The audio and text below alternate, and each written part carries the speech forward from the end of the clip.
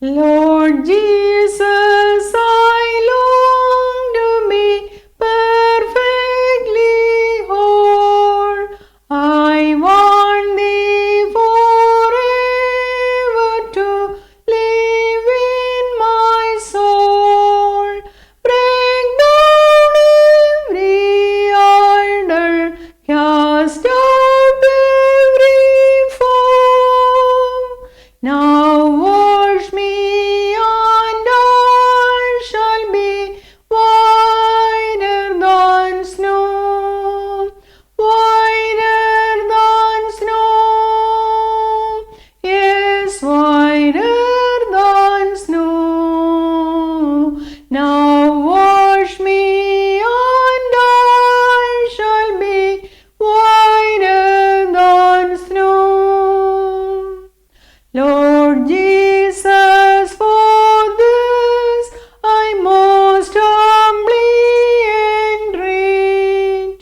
I wait, blessed Lord, at Thy crucified feet. By faith from my cleansing I see Thy blood flow. Now wash me, and I shall be whiter than snow, whiter than snow, yes, whiter than snow. Now wash me, and I shall be whiter than snow. I greet you all in the mighty name of our Lord and Savior Jesus Christ, the Healer, Jehovah Rapha.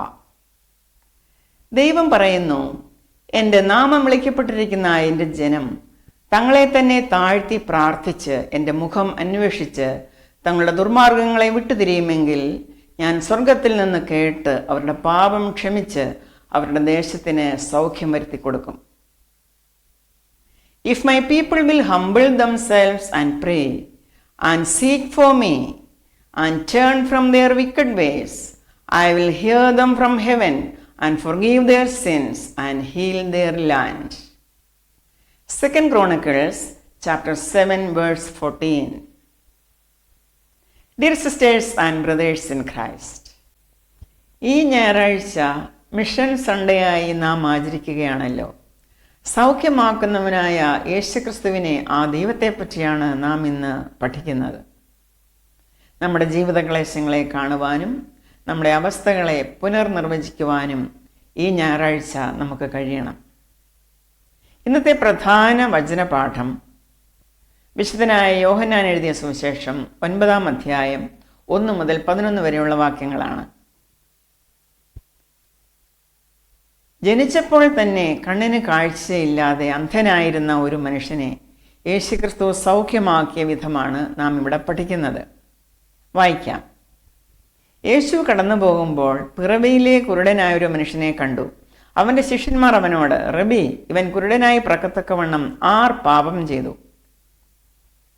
ഇവനോ ഇവൻ്റെ അമ്മയപ്പന്മാരോ എന്ന് ചോദിച്ചു.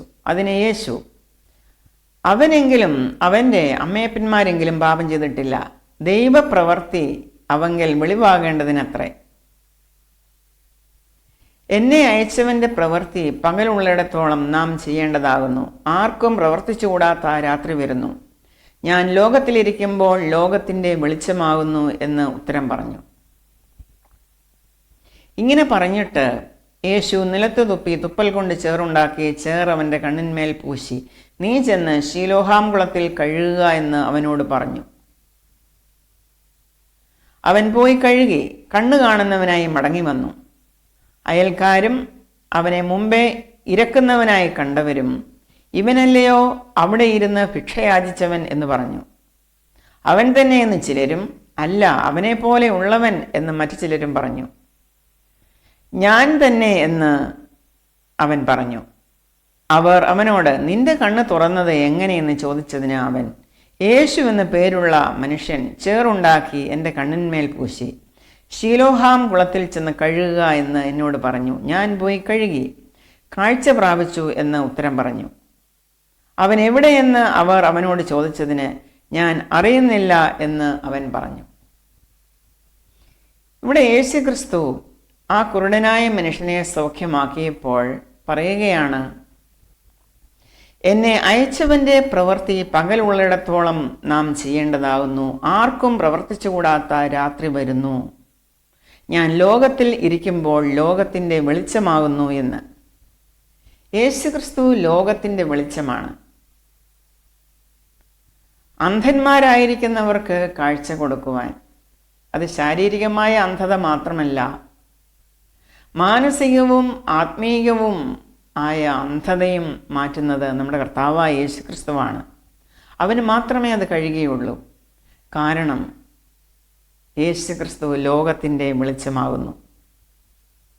അതുകൊണ്ട് യേശുക്രിസ്തുവിനെ അനുഗമിക്കുന്നവരായ നമുക്കും ഒരു കർത്തവ്യമുണ്ട്.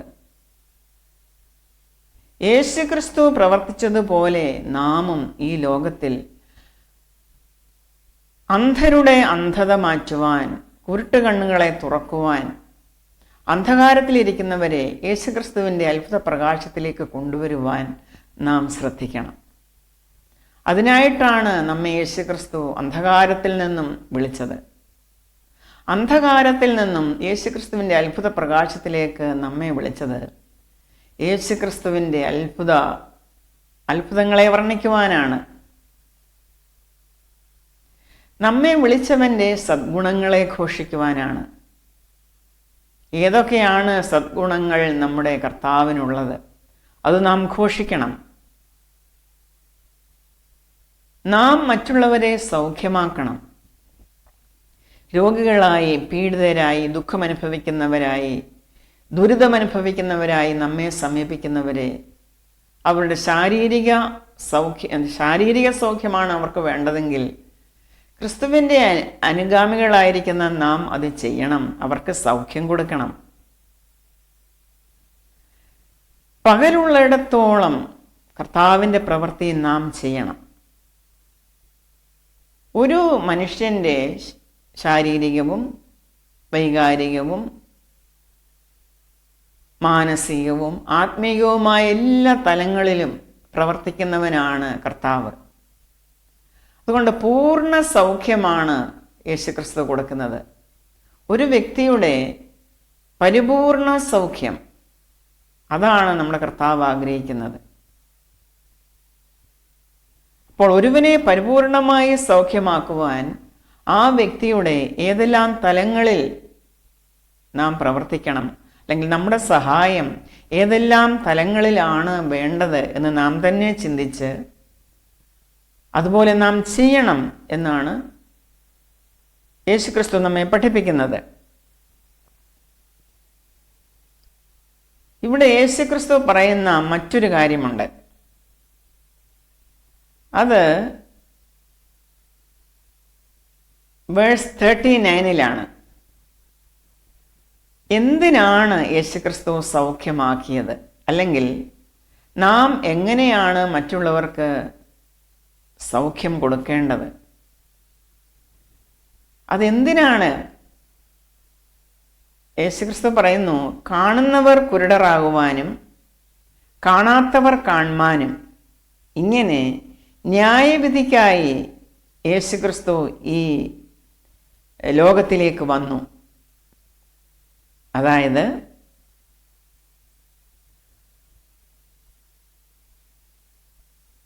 ഞങ്ങൾ കാണുന്നു എന്ന് പറയുന്നവർ യഥാർത്ഥത്തിൽ കാഴ്ചയില്ലാത്തവരാണ്. അത് യേശുക്രിസ്തു പഠിപ്പിക്കുകയാണ്. തങ്ങൾ കാണുന്നു അല്ലെങ്കിൽ തങ്ങൾക്ക് കാഴ്ചയുണ്ട് എന്ന് സ്വയം പറയുന്നവർ യഥാർത്ഥത്തിൽ കുരുടന്മാരാണ്. ഏത് തരത്തിലുള്ള അന്ധതയാണ് അവർക്കുള്ളത്? അവർക്ക് മാനസികവും ആത്മീയവുമായ അന്ധതയാണുള്ളത്. ആ അന്ധത മാറുന്നവർക്ക് മാത്രമേ മറ്റുള്ളവരുടെ അന്ധത മാറ്റുവാൻ കഴിയുകയുള്ളൂ. ആ അന്ധത മാറ്റുന്നത് നമ്മുടെ കർത്താവായ യേശുക്രിസ്തുവാണ്. അവനാണ് ലോകത്തിൻ്റെ വെളിച്ചം. അതായത് യേശുക്രിസ്തു ഉള്ളിലുള്ളവർ അല്ലെങ്കിൽ യേശുക്രിസ്തുവിനെ വിശ്വസിക്കുന്നവർ മറ്റുള്ളവരുടെ അന്ധത മാറ്റുവാൻ തക്കവണ്ണം ഏബിളാകുന്നു. ഇവിടെ നാം വേഴ്സ് 19 വായിക്കുന്നത്, യേശുക്രിസ്തു പറയുകയാണ്, I have come into the world to give sight to those who are spiritually blind and to show those who think they see that they are blind. They think they see, but they are blind.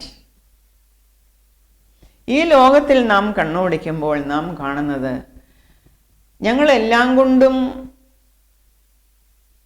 സുരക്ഷിതരാണ്, ഞങ്ങളെല്ലാം കൊണ്ടും എല്ലാം തികഞ്ഞവരാണ്, ഞങ്ങൾക്ക് ഒന്നിനും കുറവില്ല എന്ന് ചിന്തിച്ചുകൊണ്ട് മറ്റുള്ളവരുടെ സമാധാനവും സന്തോഷവും കെടുത്തുവാൻ അല്ലെങ്കിൽ മറ്റുള്ളവരെ ഉപദ്രവിക്കുവാൻ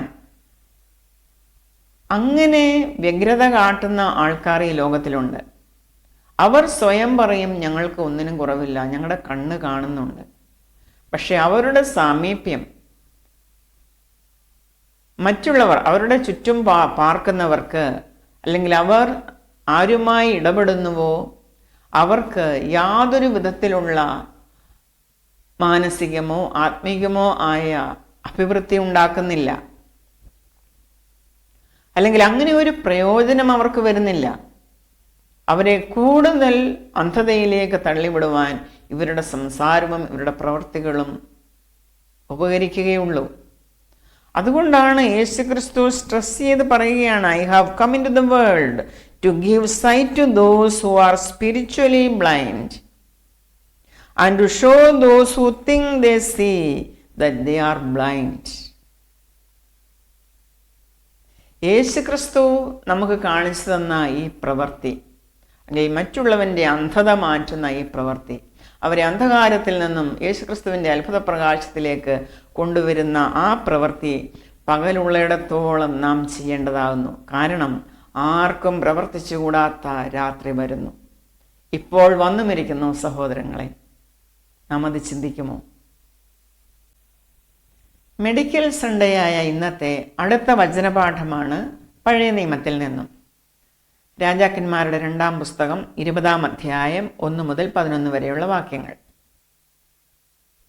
യഹൂദ രാജാവായ ഹിസ്കിയാവിന് മരിക്കത്തക്ക രോഗം പിടിപെട്ടപ്പോൾ എങ്ങനെയാണ് സൗഖ്യദായകനായ ദൈവമായ കർത്താവ് അവനെ സൗഖ്യമാക്കിയത് എന്ന് ഇവിടെ വിവരിച്ചിരിക്കുന്നു. വായിക്കാം. ആ കാലത്ത് ഹിസ്കിയ രാജാവിന് മരിക്കത്തക്ക രോഗം പിടിച്ചു. പ്രവാചകനായ യെശയ്യാവ് അവൻ്റെ അടുക്കൽ വന്ന് അവനോട്, നിന്റെ ഗൃഹകാര്യം ക്രമത്തിലാക്കുക, നീ മരിച്ചു പോകും, ശേഷിക്കയില്ല എന്ന് യഹോവ അരുളി ചെയ്യുന്നുവെന്ന് പറഞ്ഞു. അപ്പോൾ ഹിസ്കിയ രാജാവ് മുഖം ചുവരിൻ്റെ നേരെ തിരിച്ച് യഹോവയോട് പ്രാർത്ഥിച്ചു, അയ്യോ യഹോവേ, ഞാൻ വിശ്വസ്തയോടും ഏകാഗ്രഹൃദയത്തോടും കൂടെ തിരുമുമ്പിൽ നടന്നു, നിനക്ക് പ്രസാദമായുള്ളത് ചെയ്തിരിക്കുന്നു എന്ന് ഓർക്കണമേ എന്ന് പറഞ്ഞു. ഹിസ്കിയാവ് ഏറ്റവും കരഞ്ഞു. എന്നാൽ യെശയ്യാ പ്രവാചകൻ നടുമുറ്റം വിട്ടു പോകും മുമ്പേ അവന് യഹോവയുടെ അരുളപ്പാട് ഉണ്ടായത് എന്തെന്നാൽ, നീ മടങ്ങിച്ചെന്ന് എൻ്റെ ജനത്തിൻ്റെ പ്രഭുവായ ഹിസ്കിയാവോട് പറയേണ്ടത്, നിന്റെ ദൈവമായ യഹോവ ഇപ്രകാരം അരുളി ചെയ്യുന്നു, ഞാൻ നിന്റെ പ്രാർത്ഥന കേട്ടു, നിന്റെ കണ്ണുനീർ കണ്ടിരിക്കുന്നു. ഞാൻ നിന്നെ സൗഖ്യമാക്കും. 3-ാം ദിവസം നീ യഹോവയുടെ ആലയത്തിൽ പോകും. ഞാൻ നിന്റെ ആയുസ്സിനോട് 15 സംവത്സരം കൂട്ടും. ഞാൻ നിന്നെയും ഈ നഗരത്തെയും അശ്ശൂർ രാജാവിൻ്റെ കയ്യിൽ നിന്ന് വിടുവിക്കും. എൻ്റെ നിമിത്തവും എൻ്റെ ദാസനായ ദാവീദിൻ്റെ നിമിത്തവും ഈ യഹൂദ നഗരം ഞാൻ കാത്തുരക്ഷിക്കും. പിന്നെ യെശയ്യാവ്, ഒരു അത്തിപ്പഴക്കട്ട കൊണ്ടുവരുവീൻ എന്ന് പറഞ്ഞു. അവർ അത് കൊണ്ടുവന്നു, പരുവിന്മേലിട്ടു, അവന് സൗഖ്യമായി. ഹിസ്കിയാവ് യെശയ്യാവോട്, യഹോവ എന്നെ സൗഖ്യമാക്കുകയും ഞാൻ 3-ാം ദിവസം യഹോവയുടെ ആലയത്തിൽ പോവുകയും ചെയ്യുമെന്നതിന് അടയാളം എന്ത് എന്ന് ചോദിച്ചു. അതിന് യെശയ്യാവ്, യഹോവ അരുളി ചെയ്ത കാര്യം നിവർത്തിക്കുമെന്നുള്ളതിന് യഹോവയെങ്കിൽ നിന്ന് ഇത് നിനക്ക് അടയാളമാകും. ആഹാസിന്റെ സൂര്യഘടികാരത്തിലെ നിഴലിനെ യഹോവ 10 പടി പിന്നോക്കം തിരിയുമാറാക്കും എന്ന് പറഞ്ഞു.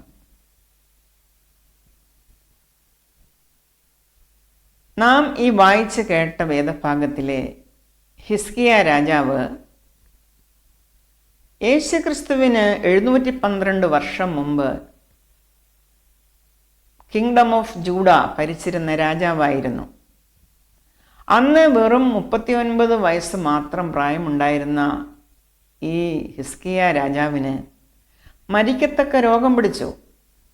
അപ്പോൾ പ്രവാചകനായിരുന്ന യെശയ്യാവ് അവൻ്റെ അടുക്കൽ വന്ന് പറയുകയാണ്, നീ നിന്റെ ഗൃഹകാര്യം ക്രമത്തിലാക്കുക, നീ മരിച്ചു പോകും, ശേഷിക്കയില്ല എന്ന് യഹോവ അരുളി ചെയ്യുന്നു.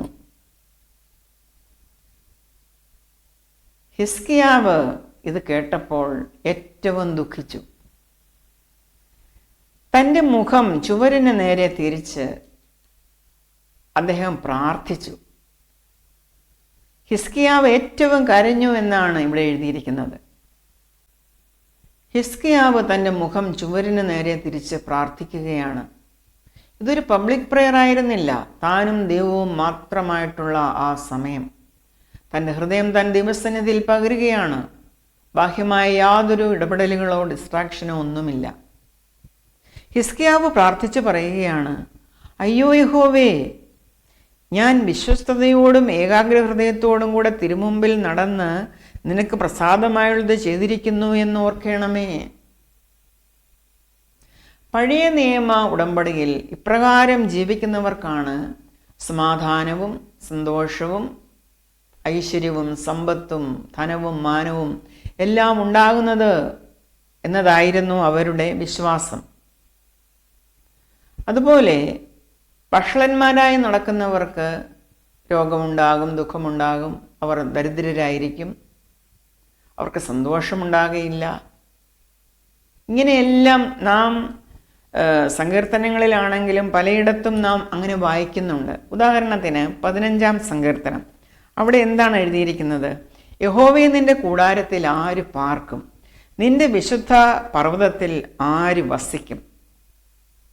അതിനുള്ള യോഗ്യത താഴെ എഴുതിയിരിക്കുകയാണ്. നിഷ്കളങ്കനായി നടന്ന് നീതി പ്രവർത്തിക്കുകയും ഹൃദയപൂർവ്വം സത്യം സംസാരിക്കുകയും ചെയ്യുന്നവൻ, നാവുകൊണ്ട് കുരള പറയാതെയും തൻ്റെ കൂട്ടുകാരനോട് ദോഷം ചെയ്യാതെയും കൂട്ടുകാരന് അപമാനം വരുത്താതെയും ഇരിക്കുന്നവൻ, വഷളനെ നിന്ദനായി എണ്ണുകയും യഹോവഭക്തന്മാരെ ബഹുമാനിക്കുകയും ചെയ്യുന്നവൻ, സത്യം ചെയ്തിട്ട് ഛേദം വന്നാലും മാറാത്തവൻ, തൻ്റെ ദ്രവ്യം പലിശയ്ക്ക് കൊടുക്കാതെയും കുറ്റമില്ലാത്തവൻ വിരോധമായി കൈക്കൂലി വാങ്ങാതെയും ഇരിക്കുന്നവൻ. അപ്പോൾ ഈ വക കാര്യങ്ങളൊക്കെയും അവർക്ക് ചെയ്യണമെന്ന് നല്ല ബോധ്യമുണ്ടായിരുന്നു. എങ്ങനെയാണ് ദൈവസന്നിധിയിൽ വിശ്വസ്തയോടെ ഏകാഗ്ര ഹൃദയത്തോടെ ആയിരിക്കേണ്ടത്? അപ്പോഴാണ് ദൈവത്തിൽ നിന്ന് ഐശ്വര്യവും സമ്പത്തും സമാധാനവും എല്ലാം ഉണ്ടാകുന്നത് എന്നവർ കരുതിയിരുന്നു. പ്രിയ സഹോദരങ്ങളെ, ഈ സമയത്ത് നാം ചിന്തിക്കേണ്ട ഒരു കാര്യം, അന്ന് പഴയ നിയമ ഉടമ്പടിയിലെ ജനത്തെ പോലെ അല്ല നാം ഇന്ന്. നമുക്ക് പലപ്പോഴും ദൈവസന്നിധിയിൽ ഏകാഗ്രതയോടോ വിശ്വസ്തയോടോ ആയിരിക്കുവാൻ സാധിക്കുകയില്ല. നാം എത്രമാത്രം ശ്രമിച്ചെന്ന് പറഞ്ഞാലും നമുക്ക് അങ്ങനെ ആയിരിക്കുവാൻ പലപ്പോഴും നമുക്ക് സാധിക്കാതെ വരുന്നു. പക്ഷേ അപ്പോഴും ദൈവം നമ്മെ അനുഗ്രഹിക്കുകയാണ്. അതിന് കാരണം എന്താണ്? അത് ദൈവത്തിൻ്റെ കരുണയാണ് സഹോദരങ്ങളെ, ദൈവത്തിൻ്റെ കൃപയാണ്. നമ്മുടെ പ്രവർത്തികൾക്കനുസരണമല്ല ദൈവം നമ്മോട് പ്രവർത്തിക്കുന്നത്. കാരണം നമുക്ക് ദൈവസന്നിധിയിൽ നീതിമാന്മാരാകുവാൻ നാം എത്ര ശ്രമിച്ചാലും അത് സാധ്യമല്ല. ദൈവത്തിൻ്റെ ആ സ്റ്റാൻഡേർഡിനനുസരിച്ച് ആ പെർഫെക്ഷന് സമാനമായി നമുക്ക് നമ്മുടെ സ്വയപ്രയത്നത്താലായിരിക്കാൻ കഴിയില്ല. അതൊരിക്കലും സാധ്യമല്ല. പക്ഷേ സ്നേഹവാനായ നമ്മുടെ ദൈവം നമ്മിൽ ഒരുവനെ പോലെയായി യേശുക്രിസ്തുവിൽ ഈ ഭൂമിയിലേക്ക് വന്നു. നമുക്ക് ആ യോഗ്യത അവൻ തന്നു. യേശുക്രിസ്തുവിൽ ആര് വിശ്വസിക്കുന്നുവോ അവർക്ക് ദൈവം മുമ്പാകെ നിൽക്കുവാനുള്ള ആ പ്രാഗൽഭ്യം, അത് നമ്മുടെ ചെയ്തികൾ കൊണ്ടല്ല, നമ്മുടെ നീതി കൊണ്ടല്ല, അത് യേശുക്രിസ്തു നമുക്ക് തന്ന നീതി കൊണ്ട് നാം ദൈവസന്നിധിയിൽ നിൽക്കുന്നു.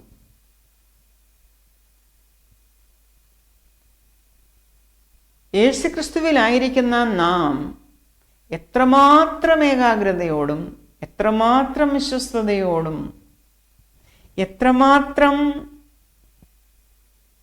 തിരുമുമ്പിൽ പ്രസാദമായിട്ടുള്ള കാര്യങ്ങൾ നാം ചെയ്യണം എന്ന് നാം ഓർക്കണം.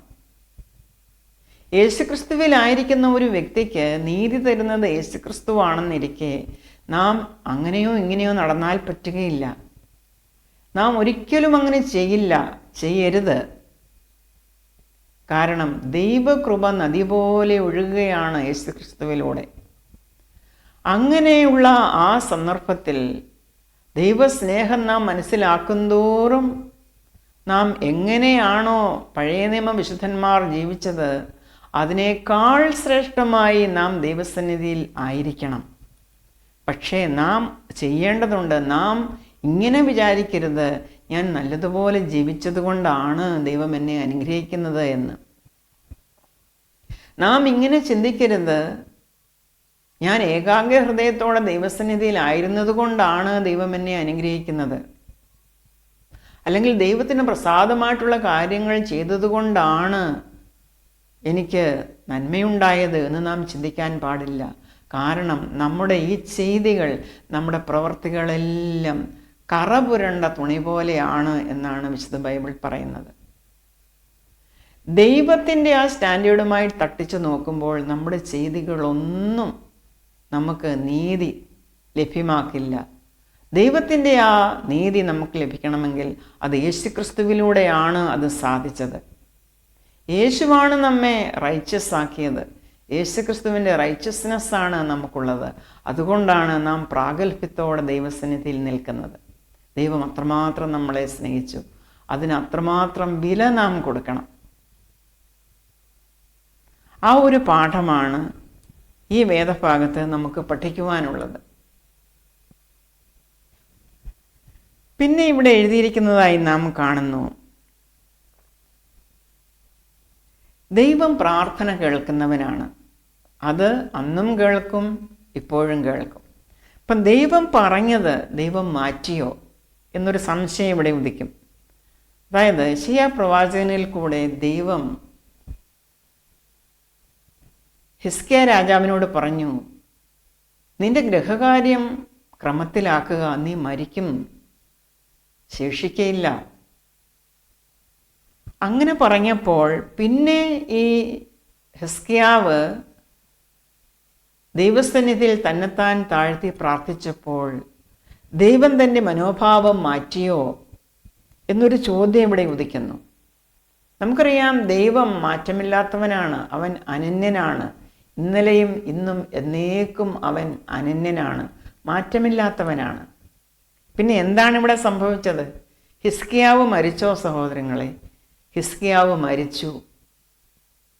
അവൻ തൻ്റെ ദൈവസന്നിധിയിൽ തന്നെത്താൻ താഴ്ത്തി. അവന് മരിക്കത്തക്ക രോഗം പിടിച്ചത് എങ്ങനെയായിരുന്നു എന്ന് നമുക്കറിയില്ല, ചുറ്റുമുള്ളവർക്കറിയില്ല. അത് ദൈവത്തിന് മാത്രമേ അറിയൂ. അപ്പോൾ നമുക്ക് രോഗം വരുന്നത് അത് ഏത് കാരണത്താലാണ്? നമുക്ക് ക്യാൻസർ വരുന്നത്, നമുക്ക് ട്യൂമർ ഉണ്ടാകുന്നത്, അല്ലെങ്കിൽ നമുക്ക് മറ്റു പലവിധ പ്രശ്നങ്ങൾ വരുന്നത്, അത്യാഹിതങ്ങൾ സംഭവിക്കുന്നത് എന്ത് കാരണത്താലാണ്? നാം പറയരുത്, കർത്താവേ ഇത്രമാത്രം ഏകാഗ്രതയോടും വിശ്വസ്തയോടും കൂടെ ഞങ്ങൾ തിരുസന്നിധിയിലായിരുന്നുവല്ലോ, നിനക്ക് പ്രസാദമായുള്ള കാര്യങ്ങൾ മാത്രമായിരുന്നുവല്ലോ ഞങ്ങൾ ഞങ്ങളുടെ ജീവിതത്തിൽ ചെയ്തത്, പിന്നെ എന്തുകൊണ്ട് ഇത് സംഭവിച്ചു? സഹോദരങ്ങളെ, നമുക്കറിയില്ല എന്താണ് ഇതിന് കാരണമെന്നുള്ളത്. ദൈവത്തിന് മാത്രം അറിയാവുന്ന സംഗതിയാണ്. ഹെസക്കിയ രാജാവിൻ്റെ കാര്യം എന്താണ് അദ്ദേഹത്തിന് മരിക്കത്തക്ക രോഗം പിടിച്ചത് എന്നുള്ളത്, അത് ദൈവവും ഹെസക്കിയ രാജാവും തമ്മിലുള്ള ആ അറിവാണ്. അതും ദൈവത്തിന് മാത്രമേ അറിയത്തുള്ളൂ. ഹെസക്കിയാവിൻ്റെ കിങ് ഹെസക്കിയയുടെ ഹൃദയം എങ്ങനെയായിരുന്നു എന്നുള്ളത്. പ്രാർത്ഥനയിൽ അവൻ ദൈവസന്നിധിയിൽ തന്നെത്താൻ താഴ്ത്തി. ആ താഴ്ത്തുന്ന മനോഭാവം അവന് ഉണ്ടായിരുന്നില്ലായിരിക്കാം, നമുക്കറിയില്ല. ഒരുവനെ എത്രമാത്രം ദൈവസന്നിധിയിലോട്ട് അടുപ്പിക്കണോ അത് ദൈവമാണ് നിശ്ചയിക്കുന്നത്. ദൈവം തൻ്റെ വിശുദ്ധിയിലേക്ക് ഒരു വ്യക്തിയെ അടുപ്പിക്കും. അപ്പോൾ ഹിസ്കിയാവിന് തൻ്റെ പ്രാർത്ഥനയ്ക്ക് ഉത്തരം കിട്ടി.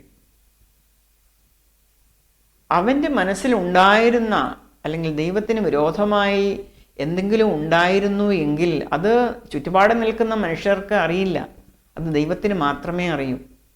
പക്ഷേ അത് അവിടെ മരിക്കപ്പെട്ടു, അതിനവിടെ മരണം സംഭവിച്ചു. പക്ഷേ ഈ ഒരു രോഗം വന്നത് താൻ ദൈവസന്നിധിയിൽ തന്നെത്താൻ താഴ്ത്തുന്നതിനും റിപ്പൻറ്റ് ചെയ്ത് ദൈവത്തിൽ നിന്ന് കരുണകൾ കൂടുതൽ പ്രാപിക്കുന്നതിനും വേണ്ടി ആയിരുന്നു. അത് കിങ് ഹെസക്കിയ ചെയ്തു. അതുകൊണ്ടാണ് ദൈവം അവനോട് ക്ഷമിച്ച് അവന് സൗഖ്യം കൊടുത്തത്. അവൻ്റെ ആയുസ് 15 വർഷം കൂട്ടിക്കൊടുത്തു. അതാണ് നാം ഇവിടെ കാണുന്നത്. ഇവിടെ നിന്ന് നമുക്ക് പഠിക്കുവാനുള്ളത്, നമുക്ക് മനസ്സിലാക്കുവാൻ പറ്റാത്തത് അല്ലെങ്കിൽ നമ്മുടെ ചുറ്റുമുള്ളവർ നമ്മളെപ്പറ്റി ധരിച്ചു വച്ചിരിക്കുന്നത്, ഇതൊന്നുമല്ല ദൈവം നമ്മെപ്പറ്റി ധരിച്ചു വച്ചിരിക്കുന്നത്. നാം ദൈവത്തെ പോലെ ആകുവാൻ ദൈവവുമായി യേശുക്രിസ്തുവിൻ്റെ തലയോളം വളരുവാൻ എന്നാണ് പൗലോസ് അപ്പോസ്തലൻ പറയുന്നത്. നമ്മുടെ വളർച്ചയിൽ എത്രമാത്രം നാം ദൈവത്തോട് അനുരൂപപ്പെടുന്നുവോ അതാണ് നമ്മുടെ കർത്താവ് നോക്കുന്നത്. അതിനായി താൻ പലരെയും ഉപയോഗിക്കും, പലരുടെയും ജീവിതത്തിൽ താൻ പ്രവർത്തിക്കും. അത് പല രീതിയിലായിരിക്കും. അവരവർക്ക് താങ്ങുവാൻ പറ്റുന്ന രീതിയിൽ കർത്താവ് പ്രവർത്തിക്കും. ആത്യന്തികമായി അത് നന്മ മാത്രമാണ് സഹോദരങ്ങളെ, ഒരിക്കലും അത് തിന്മയായിരിക്കില്ല. അതാണ് ഈ ഇൻസിഡൻ്റ് നമ്മെ പഠിപ്പിച്ചത്. ഇവിടെ വീണ്ടും നാം കാണുന്നു, അവനെ സൗഖ്യമാക്കുക മാത്രമല്ല ദൈവം ചെയ്തത്. നിന്റെ രാജ്യത്തെ അല്ലെങ്കിൽ കിങ്ഡം ഓഫ് ജൂഡ അത് അസീറിയൻ കിങ്ങായ സെൻഹരീബിൻ്റെ ഭീഷണിയിലായിരുന്നു. ആ ഭീഷണി ഇപ്പോൾ മാറിക്കിട്ടി. പറയുകയാണ്, നിന്റെ രാജ്യത്തെ ഞാൻ വിടുവിക്കും, ശത്രുവിൻ്റെ കയ്യിൽ നിന്നും വിടുവിക്കും. നിനക്ക് രോഗസൗഖ്യം തരിക മാത്രമല്ല, നീ ഏതിനെപ്പറ്റിയാണോ വ്യാകുലപ്പെട്ടിരുന്നത്, നിന്റെ രാജ്യത്തിൻ്റെ സുരക്ഷ അതെൻ്റെ കരങ്ങളിലാണ്. നിന്റെ രാജ്യം ഞാൻ കാത്തു രക്ഷിക്കും. പിന്നെ മറ്റൊരു കാര്യം ഇവിടെ കാണുന്നത്, യെശയ്യാവ് അവിടെ പറയുകയാണ്, അത്തിപ്പഴക്കട്ട കൊണ്ടുവരുവീൻ. അപ്പോൾ ചുറ്റും കൂടി നിന്നവർ അത്തിപ്പഴക്കട്ട കൊണ്ടുവന്നു, അത് പരുവിന്മേലിട്ടു, അവൻ സൗഖ്യമാക്കുകയും ചെയ്തു എന്ന് ഇവിടെ എഴുതിയിരിക്കുന്നു. നാം ഈ ലോകത്തിലായിരിക്കുമ്പോൾ യേശുക്രിസ്തുവിനെ അനുഗമിക്കുന്ന നാം ധാരാളം മെഡിക്കൽ എയ്ഡ് അല്ലെങ്കിൽ ഹോസ്പിറ്റൽസ്, ചികിത്സാലയങ്ങൾ, അതുപോലെ മെഡിക്കൽ കോളേജസ്, നഴ്സിംഗ് സ്കൂൾസ് ഒക്കെ നടത്തുന്നുണ്ട്. ആ പ്രവൃത്തിയിൽ, ആ ചികിത്സാ രംഗത്ത് നാം മുന്നേറണം. കാരണം മറ്റുള്ളവർക്ക് സ്വാതന്ത്ര്യം കൊടുക്കുന്നത് നമ്മുടെ ആവശ്യമാണ്. അത് നമ്മിൽ ഫലമേൽപ്പിക്കപ്പെട്ടിരിക്കുന്നതാണ്. നമുക്കറിയാം, വി കെയർ ഗോഡ് ക്യൂവേഴ്സ് എന്നെഴുതിയിരിക്കുന്ന കാര്യം. അതായത് ഇതുപോലെയുള്ള ചികിത്സാ കേന്ദ്രത്തിൽ കൂടെ, ചികിത്സാ മാധ്യമത്തിൽ കൂടെ നാം മറ്റുള്ളവരെ ശുശ്രൂഷിക്കുന്നു. അങ്ങനെ ശുശ്രൂഷിക്കുമ്പോൾ അവിടെ സൗഖ്യം കൊടുക്കുന്നത് സൗഖ്യദാതാവായ ദൈവം മാത്രമാണ്. ദൈവമാണ് സൗഖ്യദായകൻ. അവനാണ് യഹോവ റാഫ. ഞാൻ നിന്നെ സൗഖ്യമാക്കുന്ന യഹോവ എന്നതാണ് യഹോവയുടെ ഒരു പേര്. അവൻ്റെ മഹത്വമുള്ള നാമങ്ങളിൽ ഒന്നാണ് യഹോവ റാഫ എന്നുള്ളത്. Jehovah the healer. അപ്പോൾ നാം മറ്റുള്ളവരെ ശുശ്രൂഷിക്കുമ്പോൾ നമ്മുടെ സഹജീവികളെ, നമ്മുടെ കരുതൽ, നാം ഭക്ഷണം കൊടുക്കുന്നത്, തൂക്കുന്നത്, തുടയ്ക്കുന്നത്, അവരെ സ്വാന്തനിപ്പിക്കുന്നത്, ഇതെല്ലാം മറ്റുള്ളവർ നമ്മുടെ കരസ്പർശനമാണ്. അല്ലെങ്കിൽ മെഡിക്കൽ പ്രൊഫഷണലിലുള്ള നഴ്സുമാരുടെയും ഡോക്ടർമാരുടെയും അതുപോലെയുള്ള ശുശ്രൂഷകരുടെയും കരസ്പർശനം അല്ല, ഇതൊന്നും മിഷൻ വഴിയല്ല ചെയ്യുന്നത്. അത് അനുഭവിക്കുവാൻ ദൈവത്തിൻ്റെ സമസൃഷ്ടങ്ങളായ മനുഷ്യർ ആഗ്രഹിക്കുന്നു. ദൈവം ആഗ്രഹിക്കുന്നു മറ്റുള്ളവർ നമ്മൾ പരസ്പരം സ്നേഹിക്കണം, പരസ്പരം കരുതണം.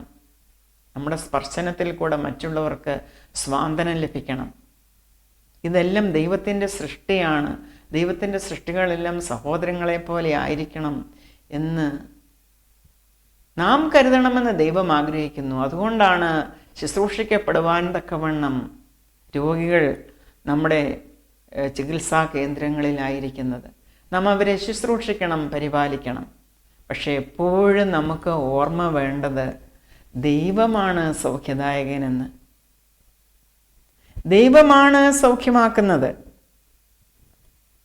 അതാണ് നാം ഈ വേദഭാഗത്ത് കണ്ടത്. യെശയ്യാവ് അത്തിപ്പഴക്കട്ട കൊണ്ടുവന്ന് പരുവിന്മേൽ പുരട്ടി, പക്ഷേ യഹോവ സൗഖ്യമാക്കി. ഇവിടെ യെശയ്യാവിനോട് രാജാവ് ചോദിക്കുകയാണ്, കിങ് ഹെസക്കിയ ചോദിക്കുകയാണ്, യഹോവ എന്നെ സൗഖ്യമാക്കുകയും ഞാൻ 3-ാം ദിവസം യഹോവയുടെ ആലയത്തിൽ പോവുകയും ചെയ്യുമെന്നതിന് അടയാളമെന്ത്? എന്തിനാണ് ഈ അടയാളം ചോദിക്കുന്നത്? യഹോവ പറയുന്നത് യഹോവ നിവർത്തിക്കുമെന്നങ്ങ് വിശ്വസിച്ചാൽ പോരെ? അത് യഹോവയെ പരീക്ഷിക്കലാണോ ഈ ചോദിക്കുക എന്ന് നാം ചിന്തിച്ചുകൂടാ. കാരണം സ്നേഹമുള്ളയിടത്ത് അതിൻ്റെ ഡെമോൺസ്ട്രേഷൻ ആവശ്യമാണ്. നമ്മുടെ കർത്താവിന് അതിനൊന്നും വിരോധമില്ല സഹോദരങ്ങളെ. ദൈവം കോപിക്കില്ല. നാം ദൈവത്തോട് എന്തെങ്കിലും ഇങ്ങനെ ചോദിച്ചാൽ, കർത്താവെ അതിനൊരു അടയാളം കാണിച്ചു തരണമേ, അതിൻ്റെ അർത്ഥം കർത്താവ് നമ്മോട് പറഞ്ഞത് നാം വിശ്വസിക്കുന്നില്ല, ഞാൻ അത് വിശ്വസിക്കണമെങ്കിൽ എനിക്കൊരു അടയാളം കാണിച്ചു തരണം എന്നുള്ളതല്ല. എന്തിനാണ് യേശുക്രിസ്തു സ്വപുത്രനെ ഭൂമിയിലേക്ക് അയച്ചത്? ദൈവത്തിന് പറഞ്ഞാൽ പോരായിരുന്നോ, ഞാൻ എല്ലാവരെയും സ്നേഹിക്കുന്നു, എൻ്റെ സാദൃശ്യത്തിലാണ് ഈ ലോകത്തിലെ ജനങ്ങളെല്ലാം സൃഷ്ടിക്കപ്പെട്ടത്, ഞാൻ നിങ്ങളെ സ്നേഹിക്കുന്നു, ഞാൻ നിങ്ങളെ രക്ഷിക്കുവാൻ പോവുകയാണ് എന്ന് പറഞ്ഞാൽ മതിയായിരുന്നല്ലോ. പക്ഷെ അവൻ എന്താണ് ചെയ്തത്? He demonstrated his love in sending his son to this world. അതാണ് ചെയ്തത്. അയച്ചത് മാത്രമോ? അവൻ നമ്മുടെ പാപവും ശാപവും രോഗവും ദുഃഖവും ദുരിതവും എല്ലാം ഏറ്റെടുത്തുകൊണ്ട് അതിദാരുണമായി ക്രൂശിൽ മരിച്ചു. കാരണം മനുഷ്യപാപത്തിൻ്റെ ശമ്പളം മരണമാണ്. പാപം ചെയ്യുന്ന ദേഹി മരിക്കണം. നാം മരിക്കുവാൻ ദൈവം ആഗ്രഹിക്കുന്നില്ല. നാം ഏൽക്കേണ്ട ശിക്ഷ താൻ സ്വയം ഏറ്റെടുത്തു, ക്രൂശിന്മേൽ മരിച്ചു. താൻ ദൈവമായിരുന്നത് കൊണ്ട് അവൻ മരണത്തെ ജയിച്ച് ഉയർത്തെഴുന്നേറ്റു. ആ ഉയർത്തെഴുന്നേൽപ്പ് നമുക്കും നൽകി. അതാണ് ദൈവത്തിൻ്റെ ശ്രേഷ്ഠത. ദൈവത്തിൽ നിന്നും സൗഖ്യം ലഭിച്ചവനായ കിങ് ഹെസക്കിയ എത്രമാത്രം സന്തോഷിച്ചു കാണണം. ഈ സംഭവത്തിലൂടെ 2 വലിയ നേട്ടങ്ങളാണ് അദ്ദേഹത്തിന് സാധ്യമായത്. 1, തൻ്റെ ആയുസ് നീട്ടിക്കിട്ടി. 2, തൻ്റെ ഗൃഹകാര്യം ക്രമപ്പെടുത്തുവാൻ അദ്ദേഹത്തിന് ഇടയായി. ഒരുവൻ്റെ ഗൃഹകാര്യം ക്രമപ്പെടുത്തുവാൻ അവൻ ഇടയാകുക എന്നത് തന്നെ സംബന്ധിച്ചിടത്തോളം ഏറ്റവും വലിയ കാര്യമാണ്. ഈ ലോകത്തിലുള്ള സകല ജനങ്ങളും ആഗ്രഹിക്കുന്ന ഒരു കാര്യമാണ്, തങ്ങളെപ്പോൾ മരിക്കും എന്നറിഞ്ഞാൽ കൊള്ളാം. അതറിഞ്ഞിട്ട് വേണം കൊടുക്കവാങ്ങലുകളും ഗൃഹകാര്യവും ഒക്കെയും ക്രമപ്പെടുത്തുവാൻ. 90-ാം സങ്കീർത്തനത്തിലും അതിൻ്റെ 12-ാം വാക്യത്തിൽ നാം ഇത് തന്നെയാണ് കാണുന്നത്. അവിടെ മോശ പ്രാർത്ഥിക്കുന്നു, ദൈവമേ, ഞങ്ങൾ ജ്ഞാനമുള്ള ഒരു ഹൃദയം പ്രാപിക്കത്തക്കവണ്ണം ഞങ്ങളുടെ നാളുകളെ എണ്ണുവാൻ ഞങ്ങളെ ഉപദേശിക്കണമേ എന്ന്. ഹിസ്കിയ രാജാവ് ഇതാണ് സാധിച്ചെടുത്തത്. ദൈവവുമായുള്ള തൻ്റെ എൻകൗണ്ടറിൽ, ആ രോഗസൗഖ്യത്തിൽ ഹിസ്കിയാവ് മനസ്സിലാക്കി തൻ്റെ ആയുസ് എത്രയുണ്ട്. അതുകൊണ്ട് തന്നെ തൻ്റെ ഗൃഹകാര്യം ക്രമപ്പെടുത്തുവാൻ അദ്ദേഹത്തിന് ഇടയായി. പ്രിയ സഹോദരങ്ങളെ, ഈ ഹിസ്കിയ രാജാവാണ് പഴയ ജെറുസലേമിൻ്റെ പുറത്തുകൂടി ഒഴുകിയിരുന്ന ഗീഹോൻ നദിയുടെ അപ്പർ സ്ട്രീം, അതിൻ്റെ വെള്ളമൊഴുക്ക് തടഞ്ഞ് ഡാമുണ്ടാക്കി അതിൽ നിന്ന് വെള്ളം അക്വഡക്റ്റ് വഴി പഴയ ജെറുസലേമിൻ്റെ പടിഞ്ഞാറ് വശത്തേക്ക് ഒഴുക്കിക്കൊണ്ടുവന്ന് ശിലോഹാം കുളത്തിൽ സ്റ്റോർ ചെയ്തത്. 1880 എക്സ്കവേറ്റ് ചെയ്ത 1750 ഫീറ്റ് നീളമുള്ള ആ വാട്ടർ ടണലിൻ്റെ വോളിൽ ഇപ്പോഴും ഇൻസ്ക്രിപ്ഷൻ നമുക്ക് കാണാം. ദൈവം കൊടുത്ത ബുദ്ധിയും ആ നിർമ്മാണ വൈദഗ്ധ്യവും ഹിസ്കിയാ രാജാവ് എപ്രകാരം ഉപയോഗിച്ചു എന്നാണ് നാം മനസ്സിലാക്കുന്നത്. നാം ദൈവത്തിൻ്റെ കരങ്ങളിൽ ആകുമ്പോൾ, ദൈവം നമ്മോട് ഇടപെടുമ്പോൾ, ആ എൻകൗണ്ടറിൽ നമുക്ക് ലഭിക്കുന്നത് ദൈവത്തിൻ്റെ ആ ജ്ഞാനവും അറിവും, അതുപോലെ തന്നെ ഈ ലോകത്തിൽ വിജയകരമായ ഒരു ജീവിതം നയിക്കുവാനുള്ള ആ കഴിവുമാണ്. നാം എപ്പോഴും വിജിലൻ്റ് ആയിരിക്കണം, നമ്മുടെ നാളുകളെ എണ്ണിക്കൊണ്ട് ബുദ്ധിയോടെ ജീവിക്കുവാൻ തക്കവണ്ണം.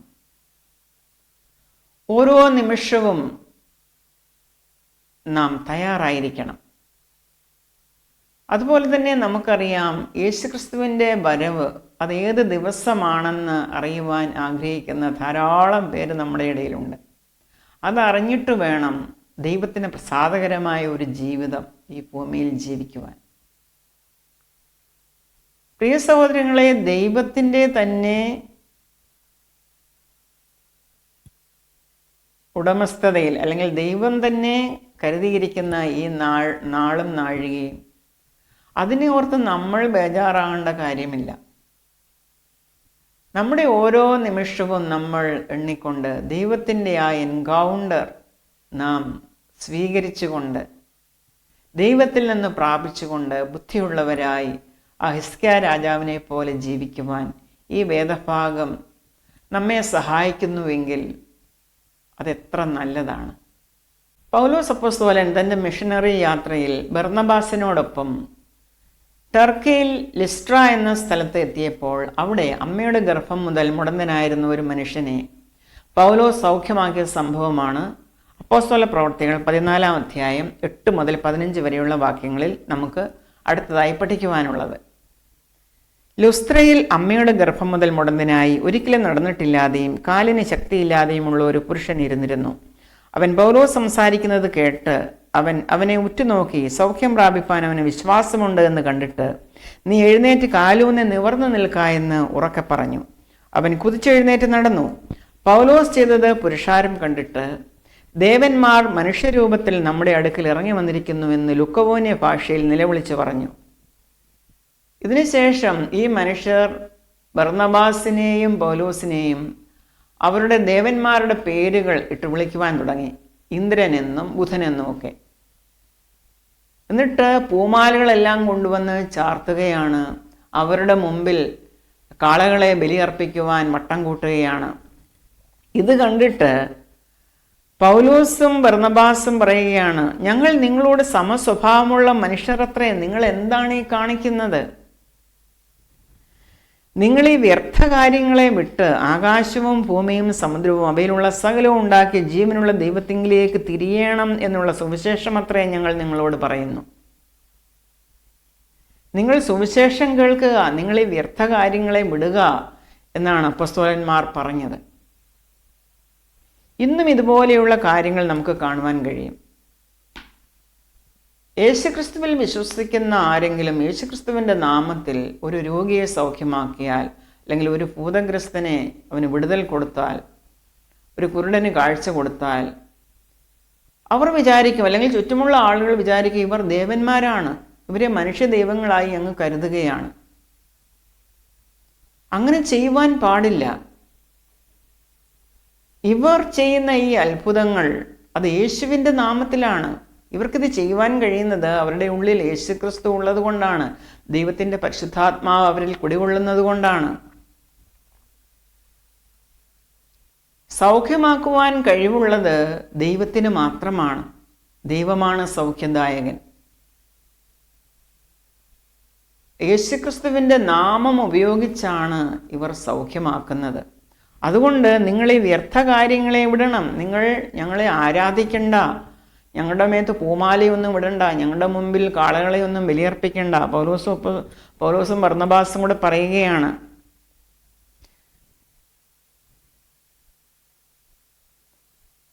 Men, what are you doing?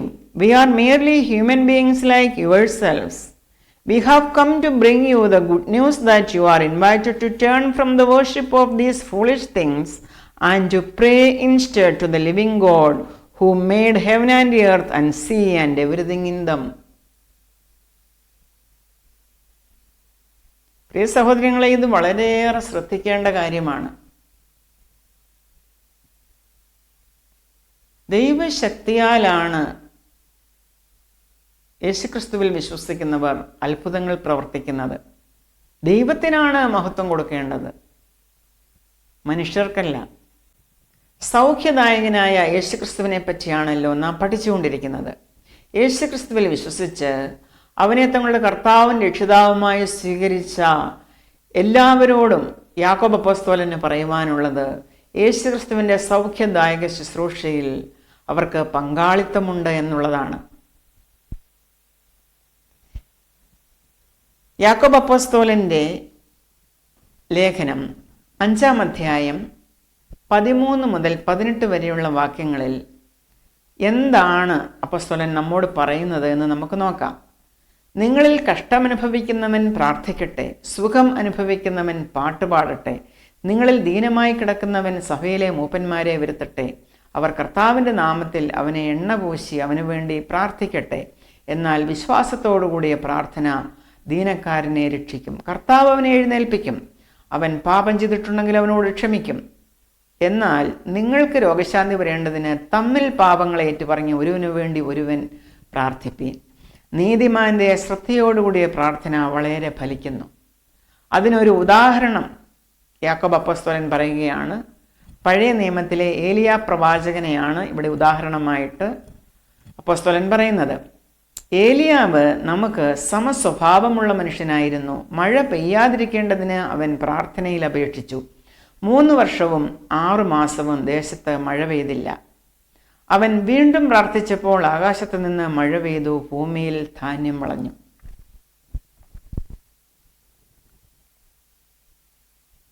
യേശുക്രിസ്തുവിൻ്റെ അനുയായികളായ നമുക്ക് ആ സൗഖ്യദായക ശുശ്രൂഷയിൽ പങ്കാളിത്തമുണ്ട് സഹോദരങ്ങളെ. രോഗികളെ സൗഖ്യമാക്കുക, അവന് വേണ്ടി പ്രാർത്ഥിക്കുക. അവൻ പാപം ചെയ്തിട്ടുണ്ടെങ്കിൽ അത് ദൈവം ക്ഷമിക്കും, ദൈവം അവനെ സൗഖ്യമാക്കും. നാം ചെയ്യേണ്ട ഈ പ്രവൃത്തി വളരെ അർജൻറ്റായിട്ട് ചെയ്യേണ്ടതാണ്. കാരണം പകലുള്ളിടത്തോളം നാം ആ ജോലി നിർവഹിക്കണം. ആർക്കും പ്രവർത്തിച്ചുകൂടാത്ത രാത്രി വരുന്നു. യേശുക്രിസ്തുവിൻ്റെ നാമത്തിൽ നാം ഒരുവനെ സൗഖ്യമാക്കുമ്പോൾ അവിടെ സംഭവിക്കുന്നത് യേശുക്രിസ്തുവിൻ്റെ സൗഖ്യമാണ്. യേശുക്രിസ്തുവാണ് സൗഖ്യം കൊടുക്കുന്നത്. അപ്പോൾ നാം അവരെ നമ്മിലേക്കല്ല, സൗഖ്യദായകനായ ദൈവത്തിലേക്ക് തിരിപ്പിക്കുവാൻ നമുക്ക് കഴിയണം. പൗലോസും ബർന്നബാസും ലിസ്ട്രയിൽ വെച്ച് ആ ജനത്തോട് പറഞ്ഞതുപോലെ അവരോട് നാം പറയണം, ആരാധനയ്ക്ക് യോഗ്യർ സൗഖ്യമാക്കുന്ന നാം ആരുമല്ല. നാം യേശുവിൻ്റെ നാമത്തിലാണ് സൗഖ്യമാക്കുന്നത്. സൗഖ്യം കൊടുക്കുന്നത് യേശുവാണ്. നിങ്ങൾ തിരിയേണ്ടത് ദൈവത്തിങ്കിലേക്കാണ്. പൗലോസ് അപ്പോസ്തലനെ പോലെയും ബർന്നബാസിനെ പോലെയും നമുക്കും പറയാം, we have come to bring you the good news that you are invited to turn from the worship of these foolish things and to pray instead to the living God who made heaven and earth and sea and everything in them. ആ യേശുക്രിസ്തുവിലേക്ക് തിരിയുവീൻ. അവൻ ധാരാളം ക്ഷമിക്കും. അവൻ നിങ്ങളെ സൗഖ്യമാക്കും. പ്രിയ സഹോദരങ്ങളെ, Kinder garden and ബെഥെസ്ദയിലെ ശുശ്രൂഷ നിങ്ങൾക്ക് അനുഗ്രഹമായി എന്ന് ഞാൻ കരുതുകയാണ്. പുതിയൊരു എപ്പിസോഡുമായി നാം വീണ്ടും കാണും. കർത്താവായ യേശുക്രിസ്തുവിൻ്റെ കൃപ അതുവരേക്കും നിങ്ങളോടൊപ്പം ഉണ്ടായിരിക്കട്ടെ. I bless you in Jesus name. Amen.